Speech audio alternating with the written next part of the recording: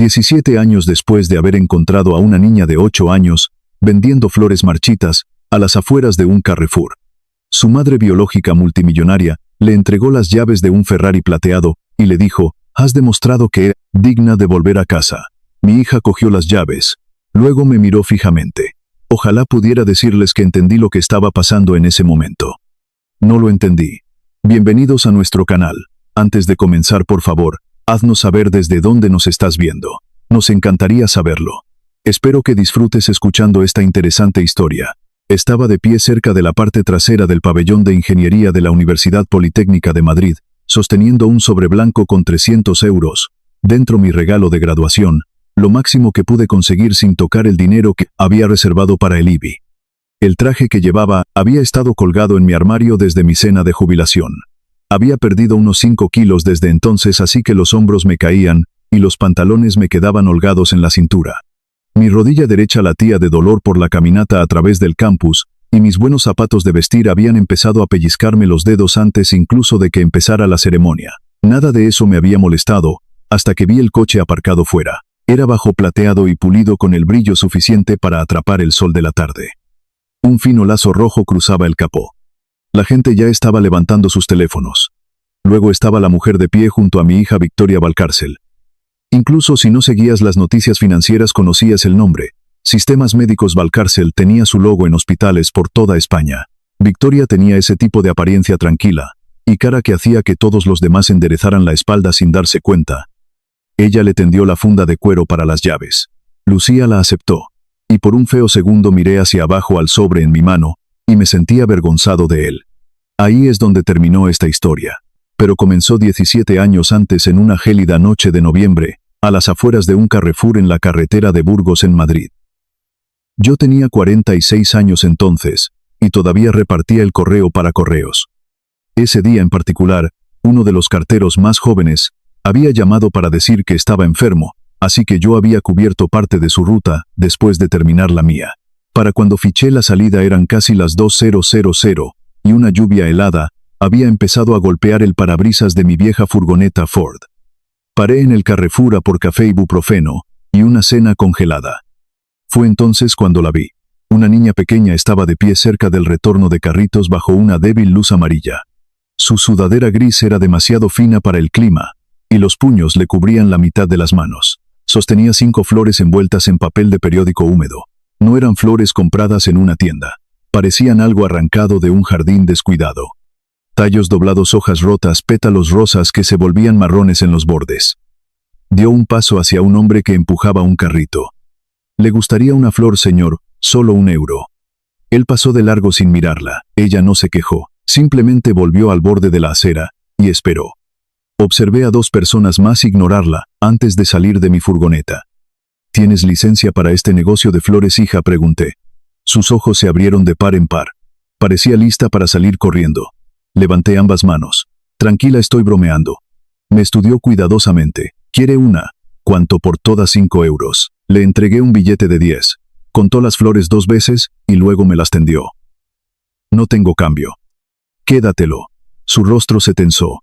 «No estoy mendigando», dijo. «Yo no dije que lo estuvieras. Me ha dado demasiado. Entonces considéralo un pedido al por mayor». Eso le arrancó el más mínimo temblor en la comisura de la boca. De cerca pude ver el frío que tenía. Sus labios se habían puesto pálidos, y el agua de lluvia goteaba de su pelo a los hombros de su sudadera. «¿Cuándo fue la última vez que comiste?», pregunté. «Comí». ¿Qué?». Miró hacia el aparcamiento. «Comida».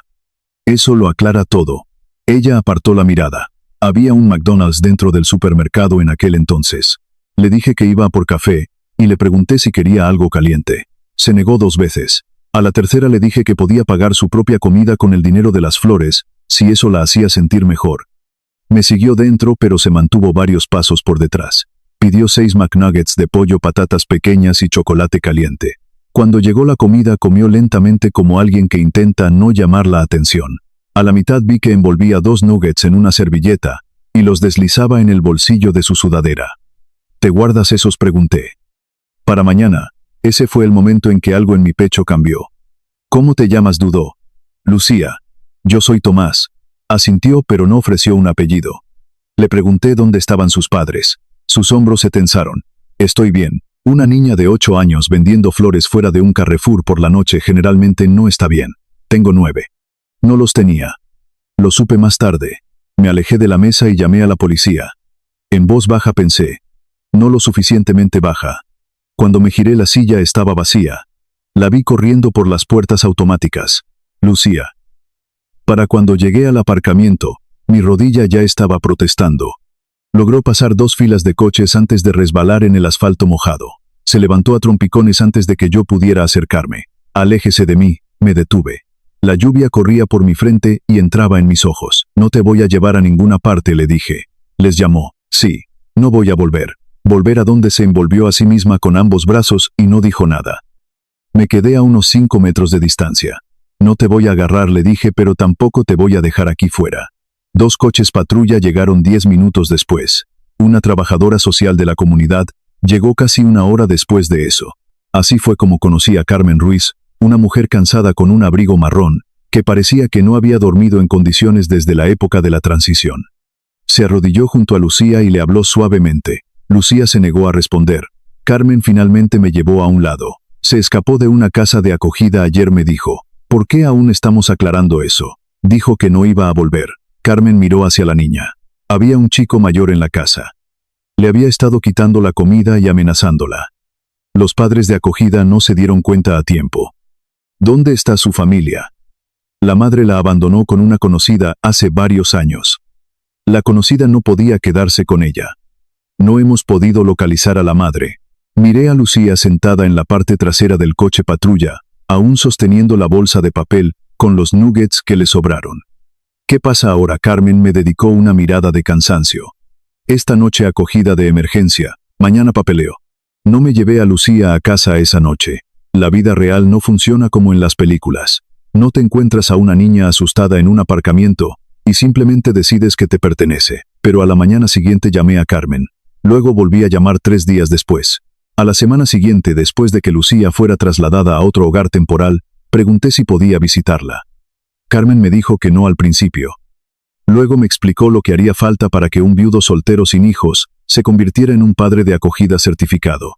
Revisión de antecedentes penales, inspecciones de la vivienda, sesiones de formación, revisiones financieras, entrevistas, que a veces parecían más bien interrogatorios. Me apunté de todos modos. Pasaron 7 meses antes de que Lucía cruzara la puerta de mi casita en Carabanchel, llevando todo lo que poseía en una bolsa de basura negra. Se quedó en el salón y miró a su alrededor. ¿Cuánto tiempo me voy a quedar?, preguntó. Todo el tiempo que te dejen. No le gustó esa respuesta. Durante las primeras semanas escondía galletas María bajo su colchón. Dormía con los zapatos junto a la cama. Cada mañana empacaba sus pocas pertenencias antes del colegio, porque esperaba que alguien la trasladara de nuevo. Una tarde tiró un vaso de cristal de la encimera de la cocina. Se hizo añicos. Lucía se quedó paralizada. Sus manos se pusieron rígidas a los costados. Su rostro perdió todo color. Me miró de la misma forma que una persona mira una tormenta que se acerca. Cogí la escoba. Es un vaso, mi niña, le dije. Tenemos más. Ella me miró fijamente. Eso es todo. ¿Qué más habría? Su barbilla empezó a temblar. Luego se sentó en el suelo de la cocina y lloró tan fuerte que apenas podía respirar. Casi 2 años después, un juez finalizó la adopción. Fuera del juzgado, Lucía me cogió de la mano y me preguntó: ¿significa esto que no me pueden enviar a otro sitio? No, a menos que planees meterme en una residencia de ancianos algún día. Se echó a reír y me llamó papá por primera vez. En aquel entonces creía que su madre biológica había desaparecido sin saber qué había sido de ella. Me equivocaba. Victoria Valcárcel sabía dónde vivía Lucía, sabía a qué colegio iba. Incluso sabía de las noches que yo trabajaba horas extras porque no podíamos cubrir sus facturas médicas. Durante 17 años, esa mujer observó desde la distancia, y ni una sola vez se acercó a la puerta.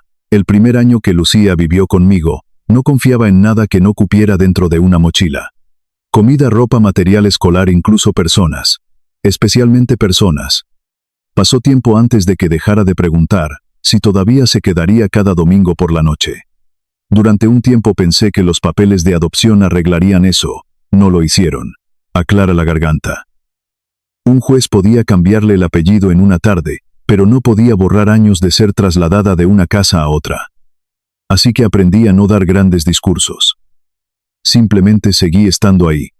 Cuando tenía 10 años, le compré una bicicleta Orbea usada en el mercadillo del barrio. Era morada bajo 3 capas de pintura desconchada, y el freno delantero apenas funcionaba. Lucía se paró junto a ella en nuestro patio. «Has comprado eso por 12 euros. Te han robado. Prefiero pensar que he hecho una inversión». En tétanos me reí. «Trae el papel de lija». Pasamos 2 sábados desmontándola y pintándola de azul. La primera vez que intentó montar sin ruedines, llegó a la mitad de la acera, antes de volcar sobre el seto de doña Pilar. Me acerqué corriendo a ella. «No la toques», me espetó. «Iba a ayudarte. Puedo hacerlo yo». Arrastró la bici para ponerla de pie, se volvió a subir, y lo intentó de nuevo con sangre corriéndole por una espinilla.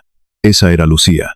Con el tiempo, aceptaba una tirita, pero solo después de demostrar que podía sobrevivir al corte por sí misma. A los 14 años la suspendieron por darle un puñetazo a un chico en el comedor. El jefe de estudios me llamó al trabajo. Cuando llegué, Lucía estaba sentada en la oficina con los brazos cruzados y una marca roja en un nudillo. El chico la había llamado un caso de caridad después de enterarse de que era adoptada. Quería decirle que la entendía. En su lugar dije: «Vas a disculparte». Su cabeza se giró bruscamente hacia mí. Él empezó. Él usó su boca. «Tú usaste tu puño. Entonces se supone que debo dejar que la gente diga lo que quiera, ¿no? Te alejas, lo denuncias o respondes con palabras. No tienes derecho a pegar a la gente porque hayan encontrado la única cosa que duele». No me habló durante el viaje en coche a casa. Paré en un restaurante Vips de todos modos. Se quedó mirando el cartel. Pensaba que estaba castigada. «Lo estás. Las personas castigadas también necesitan almorzar».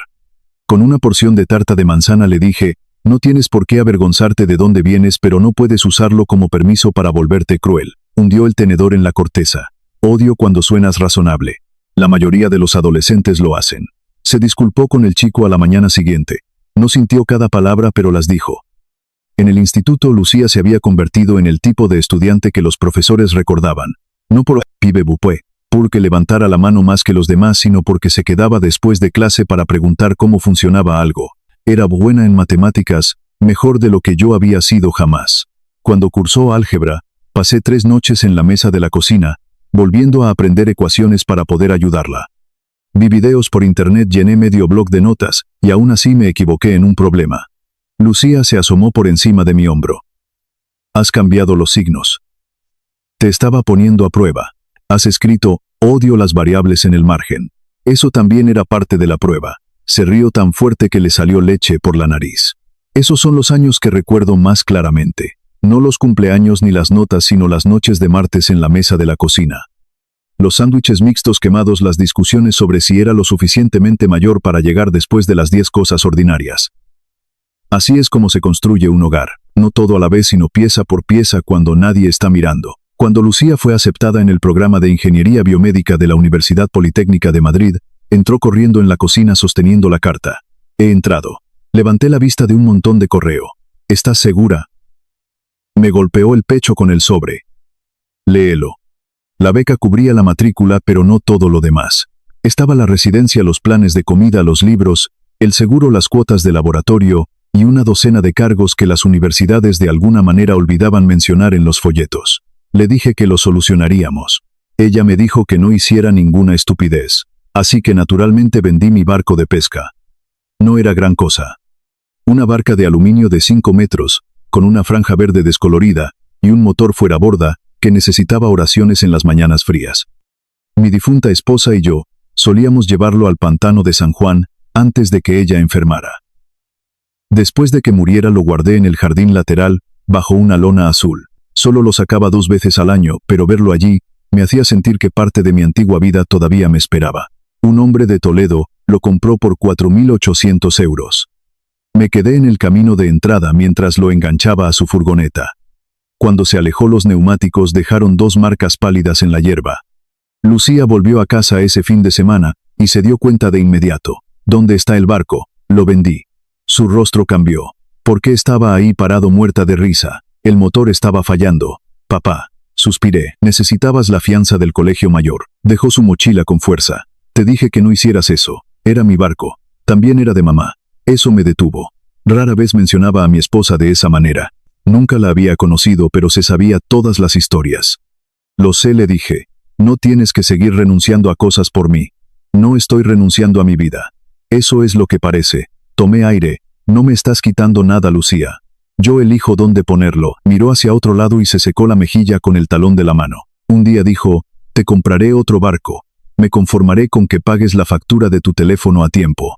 Me tiró un trapo de cocina. La universidad nos cambió a los dos.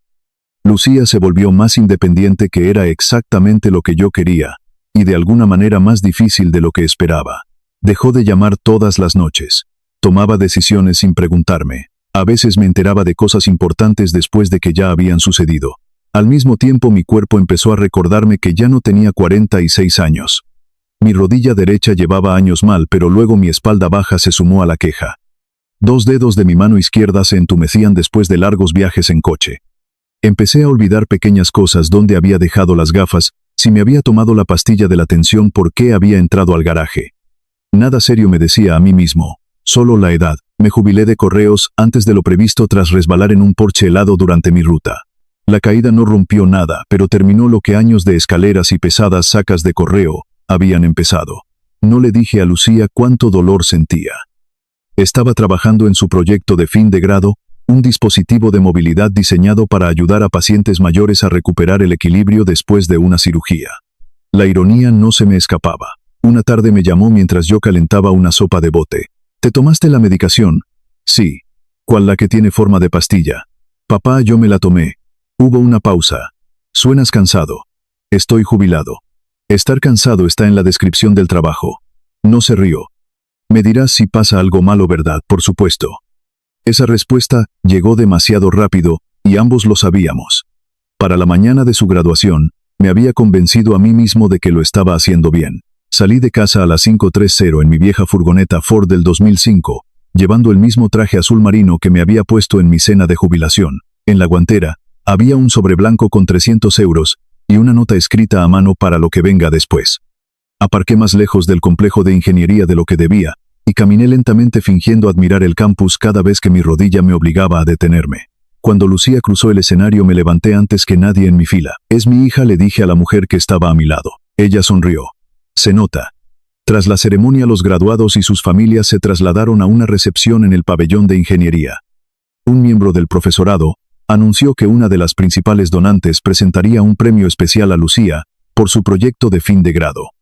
Entonces entró Victoria Valcárcel. Llevaba un traje de color crema y caminaba junto a 2 asistentes y el decano de la universidad.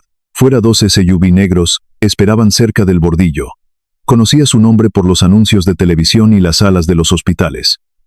Se acercó al micrófono y elogió el trabajo de Lucía.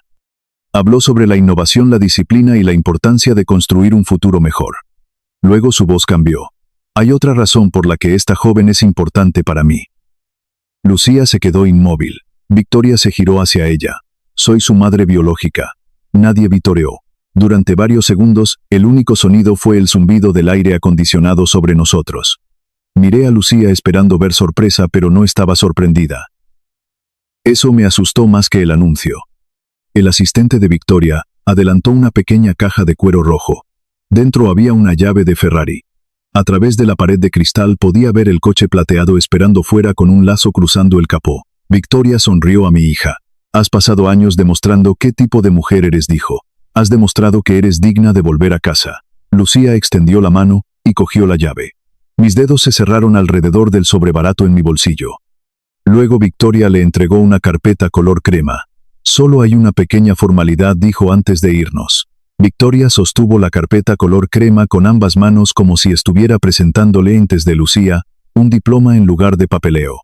Esto es simplemente para proteger la privacidad de todos, dijo, nada complicado. Un hombre de pie detrás de ella abrió un bolígrafo y se lo ofreció a Lucía. Ese pequeño gesto me molestó más de lo debido. Habían traído el bolígrafo, habían marcado las páginas, esperaban que ella firmara. Lucía aceptó la carpeta pero no el bolígrafo.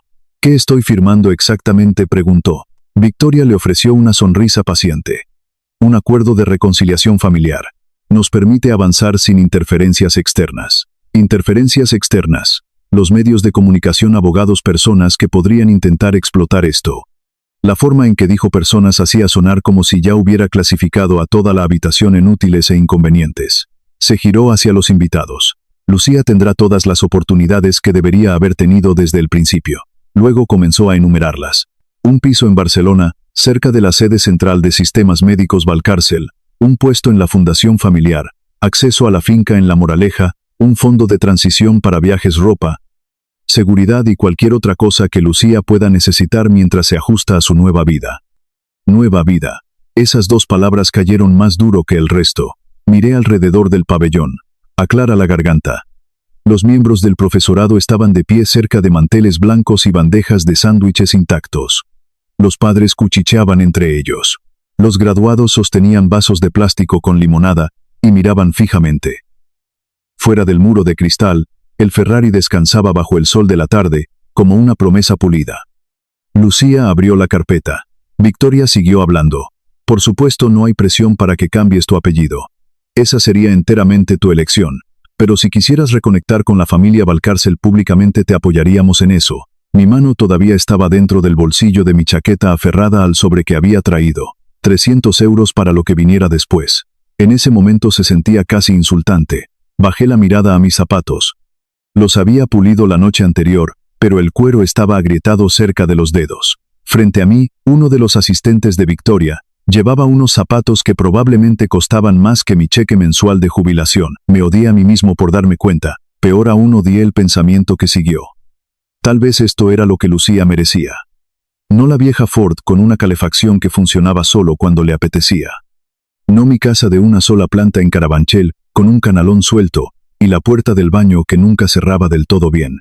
No un padre que había empezado a llevar una lista en la nevera, porque su memoria ya no era tan fiable como antes. Tal vez el amor significaba hacerse a un lado cuando alguien podía darle más a tu hijo. Luego, otra parte de mí se levantó y deseó que Lucía lanzara las llaves directamente a través del muro de cristal. Quería que llamara cobarde a Victoria. Quería que me señalara a mí y dijera que nada de esto importaba. Pero era mi dolor el que hablaba. El padre que hay en mí sabía algo más duro. Si Lucía quería esa vida, tenía que dejarla elegirla, sin hacerla sentir culpable por dejarme atrás. Aflojé mi agarre sobre el sobre. Lucía pasó una página, luego otra. ¿Has leído esto?, le preguntó a Victoria.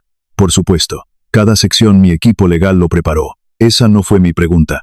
La habitación se volvió más silenciosa. La sonrisa de Victoria se desvaneció.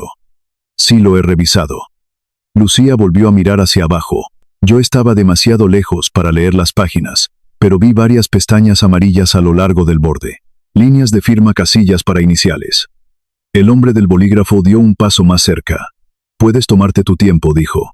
Lo cual era una cosa extraña que decir mientras sostenía un bolígrafo a centímetros de su mano. Lucía señaló un párrafo. Esto dice: acuerdo que usted hizo esfuerzos razonables para localizarme y apoyarme. La expresión de Victoria no cambió. Ese es lenguaje estándar. Es verdad, nunca dejamos de preocuparnos por ti.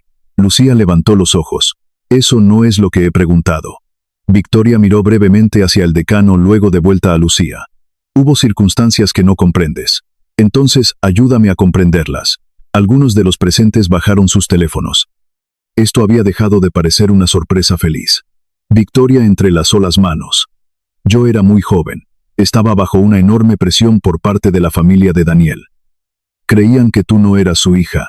Hubo amenazas que involucraban la custodia, las finanzas y mi seguridad. Tomé la decisión que creí que te daba la mejor oportunidad de tener estabilidad. Sentí que mi mandíbula se tensaba. Lucía se mantuvo tranquila. ¿Cuánto tiempo hace que sabes dónde vivía? Victoria dudó. Siempre esperé que estuvieras a salvo. ¿Cuánto tiempo recibía informes de vez en cuando? Lucía asintió una vez. Eso fue antes o después de mi 11º cumpleaños. La pregunta era demasiado específica para ser casual. Los ojos de Victoria se desviaron hacia uno de sus abogados.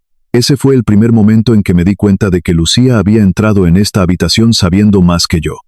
Metió la mano en el bolsillo de su toga de graduación y sacó una hoja de papel doblada. ¿Qué es eso?, preguntó Victoria. Lucía lo abrió. Un informe de investigaciones castellanos fechado el 14 de marzo de 2012. El color abandonó el rostro de Victoria. Lucía leyó de la página. El sujeto reside con su padre adoptivo Tomás Romero en Madrid. Asiste al colegio público Antonio Machado. Sin preocupaciones de seguridad inmediatas. Mi nombre sonó extraño en su voz. Ella continuó. El señor Romero recientemente ha tomado turnos de fin de semana adicionales. El tratamiento dental para la menor, Puede estar creando dificultades financieras. Se me revolvió el estómago. Recuerdo aquel año. Lucía necesitaba brackets, y el seguro cubrió menos de lo que esperábamos. Cogí trabajo de paquetería los domingos durante casi 4 meses. Le dije que quería las horas extras porque estaba aburrido. Alguien nos había estado vigilando. Alguien lo había puesto por escrito. Victoria se aclaró la garganta. Contraté profesionales, porque necesitaba saber que estabas a salvo. Lucía la miró. Sabías que necesitaba tratamiento dental. Eso no es lo mismo que comprender la situación. Sabías que papá estaba haciendo turnos extra. Me aconsejaron no interferir. ¿Quién mis abogados?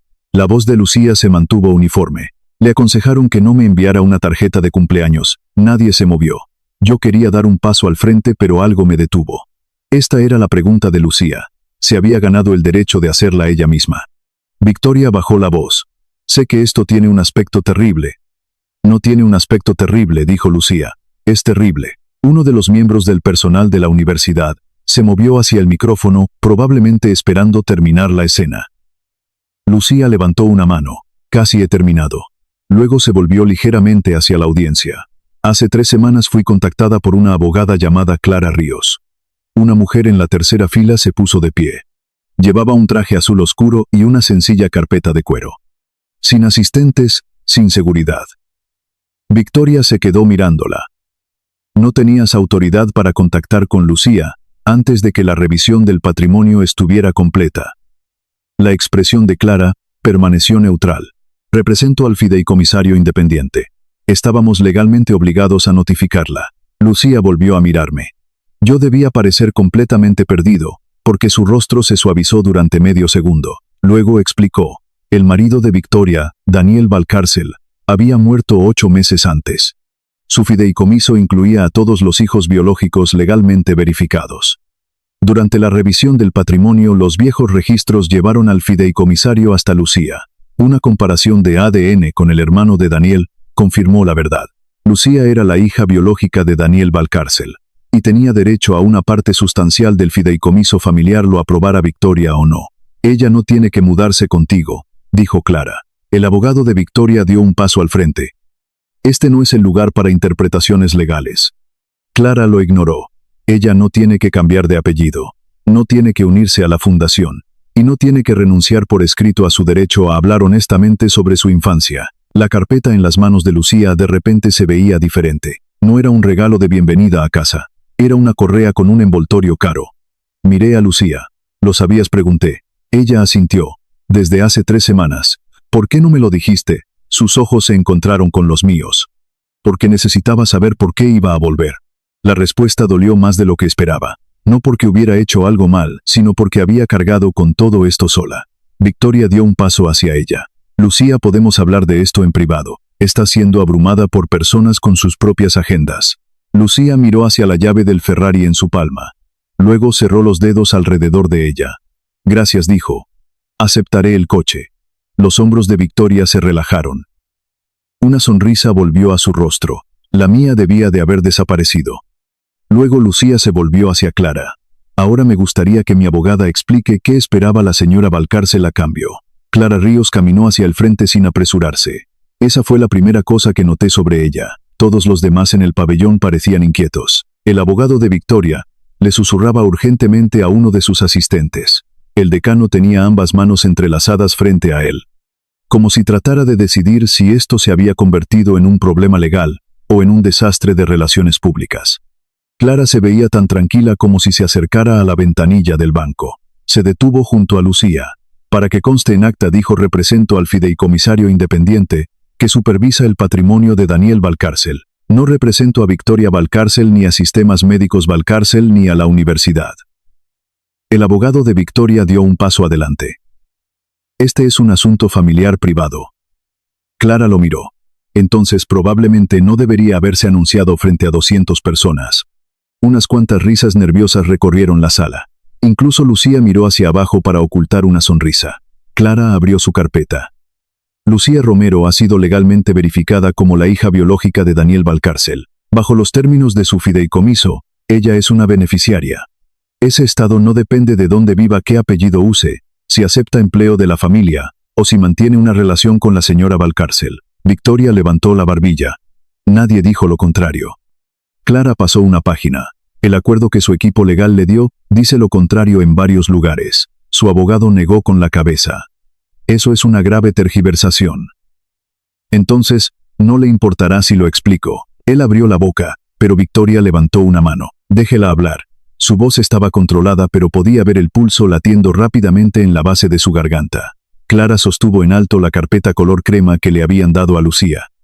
Este documento requiere que Lucía reconozca que la señora Valcárcel hizo esfuerzos razonables para localizarla y apoyarla durante la infancia. Lucía miró a Victoria.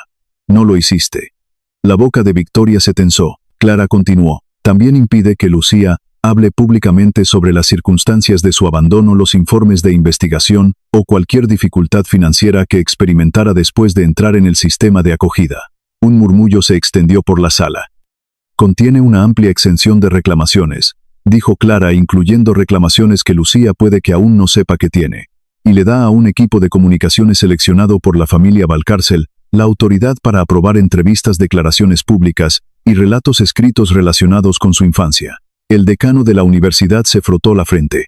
Victoria miró hacia la multitud. Esta es exactamente la razón por la que los asuntos privados deben manejarse en privado.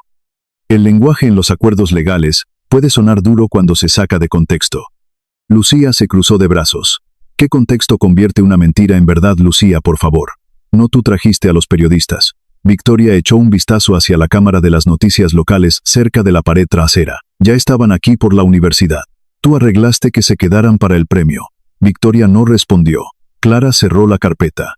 El fideicomisario independiente no solicitó este acuerdo. La herencia de Lucía no está condicionada a firmarlo. El hombre que le había ofrecido el bolígrafo a Lucía se lo volvió a guardar silenciosamente en el bolsillo. La expresión de Victoria se endureció. Intentaba protegerla de un circo mediático. Lucía miró a su alrededor. Tú creaste uno. Eso provocó otra breve e incómoda risa. Los ojos de Victoria relampaguearon, pero se contuvo. Luego se volvió hacia Lucía con una voz más suave. Tú solo conoces pedazos de lo que ocurrió. Sé que me abandonaste. Yo tenía 29 años. La familia de Daniel creía que eras de otro hombre. Amenazaron con cortarme los fondos completamente. Dijeron que me destruirían en los tribunales y se asegurarían de que nunca te volviera a ver. Entonces, ¿por qué no luchaste? Estaba asustada. Lucía asintió lentamente. Puedo entender estar asustada una vez. El rostro de Victoria cambió. Pero no estuviste asustada por un día, continuó Lucía.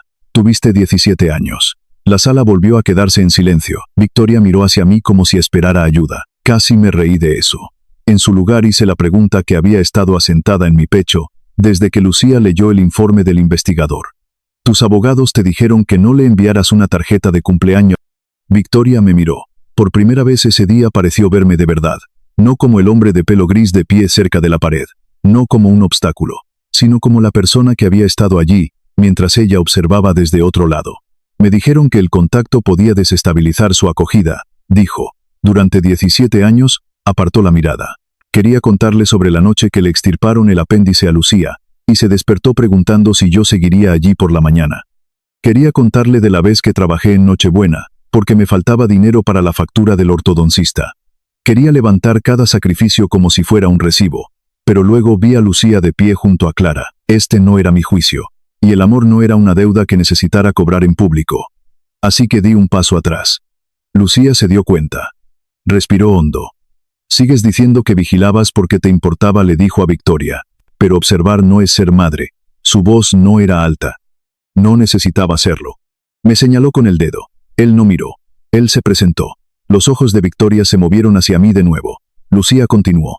Él se sentó a mi lado cuando estuve enferma. Aprendió álgebra, porque a mí me daba demasiada vergüenza decirle a mi profesor que no lo entendía. Trabajó los fines de semana y me dijo que estaba aburrido. Vendió la única cosa que conservaba de su vida con su esposa, para que yo pudiera pagar la fianza de mi piso. Se me hizo un nudo en la garganta. Lucía, dije en voz baja. Ella negó con la cabeza. Ni una sola vez me dijiste que tenía que tener éxito para que todo eso valiera la pena. Luego se encaró con Victoria. No volviste porque finalmente me convertí en tu hija. Volviste porque una prueba de ADN me hizo valiosa para tu familia. Los ojos de Victoria se llenaron de lágrimas, pero su voz se mantuvo afilada. Eso no es justo. No, dijo Lucía, no lo es. Abrió su mano. La llave del Ferrari descansaba en su palma. Por un momento pensé que iba a devolverla. En su lugar, la sostuvo en alto. Dijiste que el coche era mío sin condiciones. Victoria dudó. Sí, bien. Voy a tomarte la palabra. La confusión se dibujó en el rostro de Victoria. Lucía miró hacia Clara. Podemos transferirlo directamente a la Asociación Madrileña de Ayuda. Al menor tutelado. Clara asintió. Una vez que el título se complete, sí. Victoria dio un paso adelante. ¿De qué estás hablando? Lo subastarán. Las palabras cayeron con más fuerza que si Lucía hubiera lanzado la llave. El dinero puede cubrir alojamiento de emergencia, portátiles, transporte y matrículas universitarias para chicos que superan la edad del sistema de acogida. Victoria se quedó mirándola. ¿Regalarías un coche de $250,000 solo para avergonzarme? La expresión de Lucía no cambió. Esto no se trata de avergonzarte. Miró la llave por última vez. Es para los chicos cuyos padres saben dónde están, y aún así no vienen. Nadie aplaudió al principio. Eso hizo que se sintiera más real. La habitación simplemente contuvo las palabras. Luego una mujer mayor cerca de la parte delantera empezó a aplaudir. Un profesor se unió a ella. Unos cuantos graduados se pusieron de pie. En cuestión de segundos la mayor parte del pabellón estaba de pie. Apenas los oí. Estaba mirando a Victoria. Su pulida expresión finalmente se rompió. Estás destruyendo la única oportunidad que tenemos de ser una familia. Lucía caminó y colocó el acuerdo sin firmar sobre el podio. No dijo, me niego a dejarte fingir que ya lo éramos. Victoria abandonó el pabellón antes de que cesaran los aplausos. Su abogado recogió el acuerdo sin firmar. Un asistente la siguió con la caja de cuero rojo. El otro se quedó atrás el tiempo justo para decirle a Clara que cualquier intento de transferir el Ferrari sería revisado cuidadosamente. Clara le dio su tarjeta. Estoy segura de que lo será. Él la tomó sin mirarla. Afuera el coche plateado seguía aparcado cerca del bordillo con el lazo cruzando su capó. Un grupo de estudiantes se había reunido a su alrededor pero nadie lo tocaba. Lucía y yo pasamos de largo. Ella todavía llevaba puesta su toga y su birrete. Yo, a Clara la garganta. Todavía llevaba el sobre blanco en mi bolsillo. Ninguno de los dos dijo nada hasta que llegamos al aparcamiento. El silencio entre nosotros había cambiado. No era del tipo bueno. Esa tranquilidad fácil que habíamos compartido en los largos viajes en coche cuando ella era más joven. Este se sentía abarrotado. Abrí la Ford. Lucía tiró de la puerta del copiloto y luego se detuvo. ¿Estás bien? Me reí una vez pero no había mucho humor en ello. Acabo de enterarme de que una multimillonaria ha estado pagando a gente para que nos vigile durante 17 años. Aún lo estoy decidiendo. Ella se subió. Arranqué el motor. La furgoneta, a Clara la garganta, hizo su habitual quejido chirriante antes de arrancar. Durante los primeros 10 minutos condujimos sin hablar. El tráfico avanzaba a paso de tortuga cerca del campus. Los graduados se asomaban por las ventanillas de los coches agitando sus birretes. Los claxons sonaban. Las familias posaban junto a las señales de las calles. Debería haberse sentido como una celebración. En su lugar seguía viendo a Lucía tomar aquella llave. Finalmente le dije, ¿por qué no me lo dijiste? Miró por la ventana. Te dije que necesitaba saber qué quería. Eso no es lo que te pregunté. Se volvió hacia mí. ¿Qué querías que hiciera? Llamarte la noche que Clara me contactó y decirte, oye papá, la madre que me abandonó es multimillonaria, su marido murió, y puede que yo herede millones. Sí. Habrías conducido hasta aquí antes de que terminara la frase. Probablemente, habrías intentado solucionarlo. Soy tu padre, y yo tengo 25 años. Su voz aún no estaba enfadada, pero estaba en camino. Apreté ambas manos al volante. Cargaste con esto tú sola durante 3 semanas. Tenía a Clara. No es lo mismo. No lo es. Clara no entra en pánico. La miré. Cerró los ojos. Eso sonó mal. No sonó sincero. Nos detuvimos en un semáforo en rojo. Lucía se quitó el birrete de graduación y lo dejó en el suelo. Intentaba protegerte. No necesito protección de tu vida. Me escondes tu medicación para el dolor. Eso es diferente. ¿Cómo? Porque lo es. Me dirigió una mirada de cansancio. Ahí fue cuando la discusión se volvió real. Aún piensas que todo lo difícil pertenece a tus hombros, dijo. Incluso cuando nadie te pidió que cargaras con ello. Eso es lo que hacen los padres. No eso es lo que tú haces. El semáforo se puso verde. El conductor detrás de nosotros tocó el claxon. Avancé. Te vi coger esa llave, dije. Lucía se quedó en silencio. Por un segundo pensé que te ibas con ella. Su cabeza giró bruscamente. Pensaste que me iría con ella. No sabía qué pensar. Después de todo, no se trataba de confiar en ti.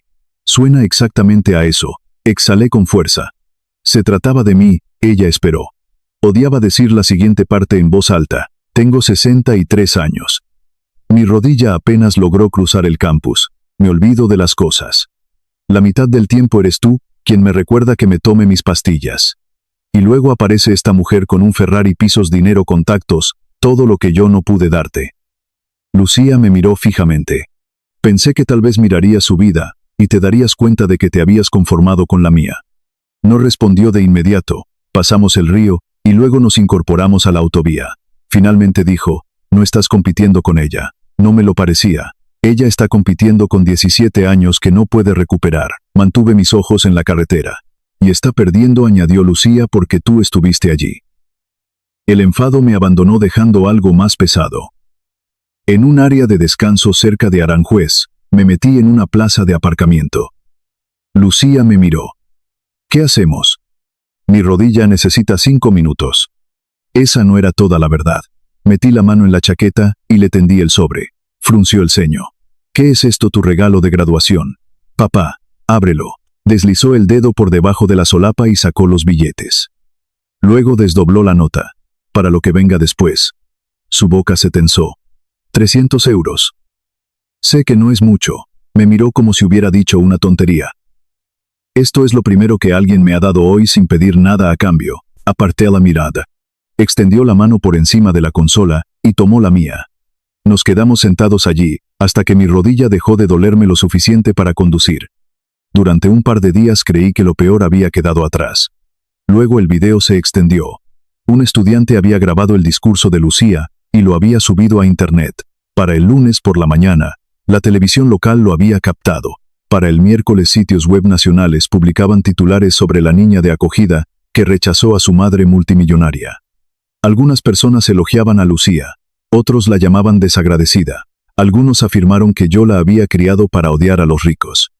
Un hombre escribió que yo la había envenenado contra su familia real. Leí esa frase más veces de las que debería. Luego Victoria publicó un comunicado, diciendo que había intentado una reconciliación privada, y había sido emboscada por personas que buscaban ventaja financiera. Sus abogados impugnaron la reclamación del fideicomiso de Lucía. No podían borrar el resultado del ADN, pero podían ralentizarlo todo. Resopla. Solicitaron pruebas adicionales, cuestionaron si los antiguos registros de adopción se habían manejado correctamente y exigieron una revisión de cada comunicación entre Clara y Lucía. El Ferrari se quedó en el limbo legal. Las semanas se convirtieron en meses. Lucía asistió a reuniones, dio muestras de sangre, firmó declaraciones juradas y respondió a las mismas preguntas repetidamente. Había planeado empezar a trabajar en una empresa de dispositivos médicos en Zaragoza. En su lugar pospuso su fecha de inicio 2 veces. Vi cómo la tensión se instalaba en su rostro. Una noche la encontré en la mesa de mi cocina rodeada de documentos. Puedes marcharte y dejarlo, dije. Ni siquiera levantó la vista. Eso es lo que ella quiere. No necesitas el dinero. No se trata de necesitarlo. Dejó el bolígrafo. Si me voy, ella consigue decidir que hacer esto difícil es suficiente para borrarme de nuevo. Lo entendí entonces. Lucía no luchaba por una fortuna. Luchaba por el derecho a no desaparecer solo porque alguien poderoso la encontraba inconveniente. Victoria tenía sus propios problemas. Una auditoría interna descubrió que Sistemas Médicos Valcárcel había pagado a algunos de los investigadores que rastrearon a Lucía. Los gastos habían sido etiquetados como gestión de riesgos. Victoria se apartó de las operaciones diarias mientras el Consejo de Administración investigaba. No lo perdió todo de la noche a la mañana. La vida real rara vez funciona de forma tan limpia. Pero por primera vez el control del que siempre había dependido empezó a resbalar. 6 meses después de la graduación, Clara llamó mientras Lucía y yo comíamos un cocido en la mesa de mi cocina. El fideicomisario ha aprobado la reclamación, dijo por el altavoz íntegramente. Lucía cerró los ojos. Busqué su mano. Hay una cosa más, añadió Clara. Victoria ha solicitado una reunión privada antes de que se firmen los documentos finales. Lucía volvió a abrir los ojos. ¿Con abogados? No. ¿Gente de relaciones públicas? No. Clara hizo una pausa. Dice que quiere venir sola. 6 meses antes, me habría reído si alguien me dijera que Victoria Valcárcel quería reunirse a solas con nosotros. Sin abogados, sin cámaras, sin asistentes, llevando carpetas de cuero. Solo nosotros tres. Lucía eligió un pequeño restaurante de carretera a un lugar llamado Venta el Camionero. Estaba junto a una vieja autovía donde los camioneros aún paraban a tomar café antes del amanecer. Los bancos de las mesas estaban pulidos y desgastados por décadas de codos y conversaciones. Victoria llegó 5 minutos antes. Casi no la reconocí. Los caros trajes color crema habían desaparecido. Llevaba vaqueros oscuros, un jersey azul marino y una chaqueta ligera. No había ni un guardia de seguridad a la vista. Parecía mayor, no por las arrugas, sino porque se veía cansada. Nos divisó, se acercó caminando despacio y se detuvo junto a la mesa. Gracias por venir. Lucía asintió hacia el asiento vacío. Victoria se sentó. La camarera sirvió café para los tres, completamente ajena a que estaba interrumpiendo una de las reuniones familiares más extrañas de España. Durante casi un minuto nadie habló. Finalmente Victoria envolvió ambas manos alrededor de la taza de café. He ensayado esta conversación 100 veces, dijo en voz baja. Y en cada versión sonaba como si me estuviera defendiendo. Lucía no respondió. Victoria la miró. Pasé 17 años contándome a mí misma una historia. ¿Qué historia? Que me fui porque no tenía otra opción. Tomó una respiración lenta. Había algo de verdad en eso. Los padres de Daniel me odiaban después de que descubrieran que había tenido una aventura. Convencieron a Daniel de que tú no podías ser su hija. Bajó la mirada. Cuando me fui, me dije a mí misma que volvería cuando las cosas se calmaran. Pero no lo hiciste. No. ¿Por qué? Victoria cerró los ojos? Porque cada año se volvía más difícil. El silencio se instaló sobre la mesa. Recibía informes sobre ti, continuó. Al principio solo quería saber si estabas viva. Lo sé. Luego me enteré de que te habían puesto con Tomás. Yo me mantuve callado. Me dije a mí misma que por fin estabas a salvo. Lucía se inclinó hacia adelante. Y eso hizo que irte fuera más fácil. Victoria asintió. Sí. No intentó suavizarlo. Esa fue la mentira que repetí hasta que me la creí. Otra pausa. Cuando vi informes diciendo que Tomás estaba haciendo horas extras, cuando vi las fotos de tu colegio, tus notas, me convencí de que aparecer solo te confundiría. Me miró directamente a mí. La verdad es que no estaba protegiendo a Lucía. Tragó saliva. Me estaba protegiendo a mí misma. Esas palabras quedaron suspendidas entre nosotros. No siguieron excusas. Ningún intento de justificarlas. Solo la verdad. Estaba aterrorizada, susurró. ¿De qué? Preguntó Lucía. De ver el daño que había hecho. La camarera regresó con el desayuno. Nadie lo tocó. Victoria volvió a mirar a Lucía. El día que Daniel murió, no estaba pensando en dinero. Lucía permaneció en silencio. Estaba pensando en secretos. Negó con la cabeza lentamente. Cuando el abogado del fideicomiso empezó a reabrir viejos registros, me entró el pánico. Soltó una risita amarga. Mi primer pensamiento no fue que por fin podría tener otra oportunidad de conocer a mi hija. Parecía avergonzada. Mi primer pensamiento fue que todo el país podría descubrir qué clase de madre había sido. Lucía no la interrumpió, así que intenté controlarlo todo. Victoria se miró las manos. El Ferrari, el acuerdo, la prensa, todo. Volvió a encontrarse con los ojos de Lucía. No volví porque necesitaras a tu madre. Una lágrima rodó por su mejilla. Volví porque necesitaba el control. Tomó una respiración temblorosa. Lo siento. Nada más. Ningún pero. Ninguna excusa. Ningún reproche a Daniel. Ningún reproche a los abogados. Solo esas dos palabras. Lucía la observó durante varios segundos. Luego habló. Creo que lo sientes. Victoria levantó la vista esperanzada. Pero creer que lo sientes no es lo mismo que fingir que no pasó nada. La esperanza se desvaneció reemplazada por la aceptación. Lo sé. Lucía entrelazó las manos sobre la mesa. Si vamos a tener algún tipo de relación tiene que haber reglas. Victoria asintió de inmediato. Lo que sea. No te presentas en casa de papá sin preguntar. No lo haré. No envías regalos con la esperanza de que arreglen el pasado. Lo entiendo. No le llamas mi padre adoptivo. Victoria me miró de reojo. Luego de vuelta a Lucía. No lo haré. Y nunca le dices a otra persona que me criaste. Los ojos de Victoria se llenaron de nuevo. No lo haré. Lucía continuó. Si mientes sobre lo que pasó una vez más, aunque sea una sola vez, hemos terminado. Victoria no dudó. Lo acepto. La conversación duró 1 hora más. No porque todo estuviera resuelto, sino porque por primera vez nadie intentaba ganar. Victoria preguntó por el trabajo de Lucía. Lucía respondió cortésmente. Victoria me preguntó por mi rodilla. Le dije que aún se quejaba más fuerte que yo. Ella en realidad sonrió. Fue una pequeña sonrisa. Una humana. Cuando nos levantamos para irnos, Victoria metió la mano en su bolso. Sentí que mis hombros se tensaban. Ella se dio cuenta. No es un regalo, dijo en voz suave. Colocó un trozo de papel doblado sobre la mesa. Era su número de teléfono personal. Sin asistentes, sin abogados. Si alguno de los dos quiere hablar alguna vez, me llamáis directamente. Lucía lo cogió. No prometió nada. Yo tampoco lo hice. A veces el perdón se ve así.